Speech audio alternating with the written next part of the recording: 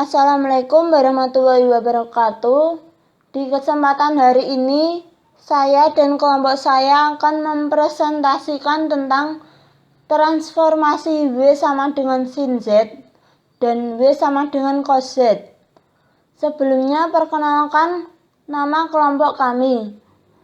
Yang pertama, Mutia Sardianti, NIM 18310011.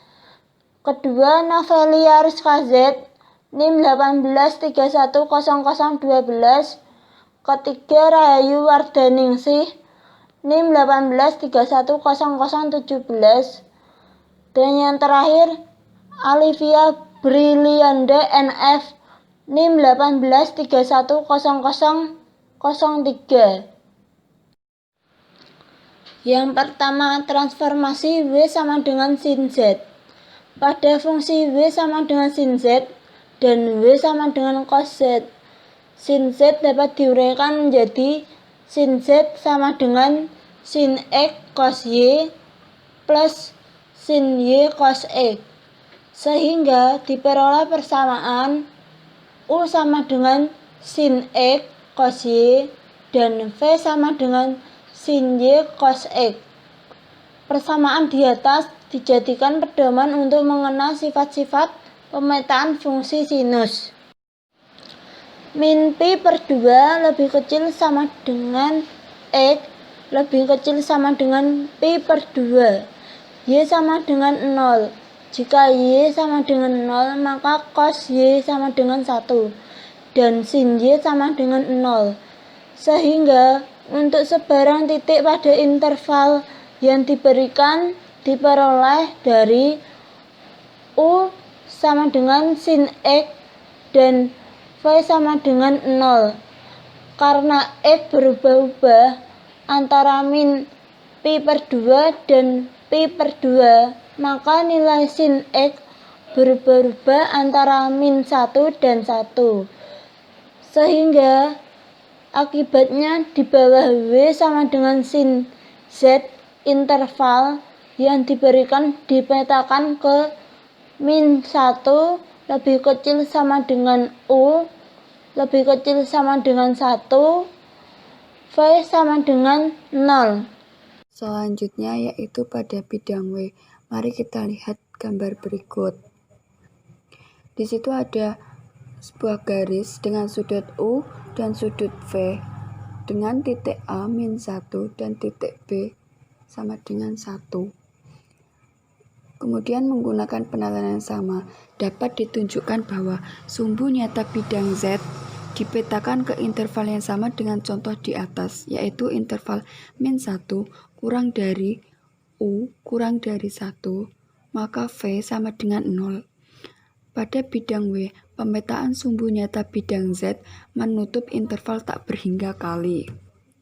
Contoh selanjutnya akan ditunjukkan bahwa sumbu hayal X sama dengan 0 dipetakan ke sumbu hayal U sama dengan 0 di bawah pemetaan sinus. Bila X sama dengan 0, maka U juga sama dengan 0 dan V sama dengan sin Y.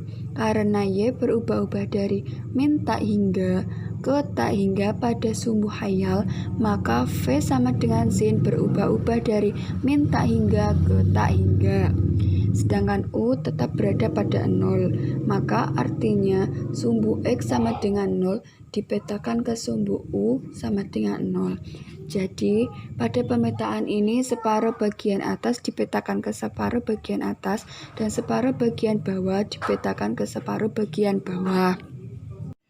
Untuk yang selanjutnya adalah transformasi W sama dengan cos Z dapat diuraikan menjadi cos Z sama dengan cos X cos Y min I sin X sin Y dengan menggunakan identitas cos Z sama dengan sin dalam kurung Z plus pi per 2.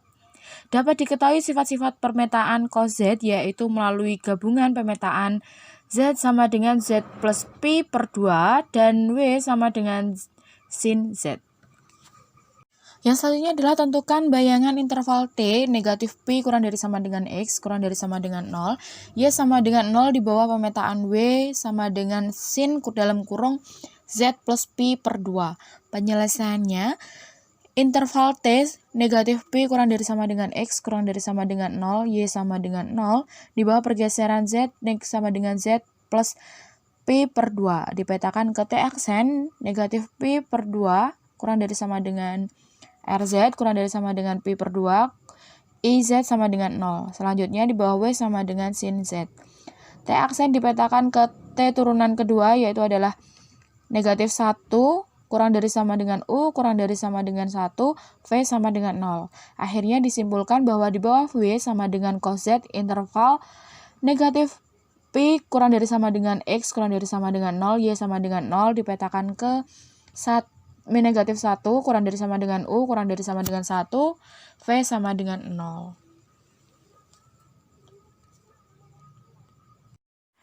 Untuk slide selanjutnya yaitu kesimpulan atau rangkuman dari berbagai materi yang telah dijelaskan tadi. Dapat ditarik kesimpulan. Untuk yang pertama, sin Z dapat diuraikan menjadi sin Z sama dengan sin X cos Y plus I sin Y cos X, sehingga diperoleh persamaan U sama dengan sin X cos Y dan V sama dengan sin Y cos X. Untuk yang kedua, karena cos Z sama dengan sin Z plus Pi per 2, sifat-sifat pemetaan W sama dengan cos Z dapat diperoleh melalui gabungan pemetaan Z sama dengan Z plus Pi per 2 dan W sama dengan sin Z. Untuk slide yang terakhir yaitu latihan soal. Di sini ada 4 soal, bisa dikerjakan sendiri. Untuk contoh-contohnya bisa dilihat pada slide sebelumnya yang sudah dijelaskan sama teman-teman. Semoga materi ini bisa bermanfaat. Apabila ada pertanyaan atau penjelasan-penjelasan sebelumnya yang kurang dimengerti bisa ditanyakan pada kolom komentar. Terima kasih. Wassalamualaikum warahmatullahi wabarakatuh.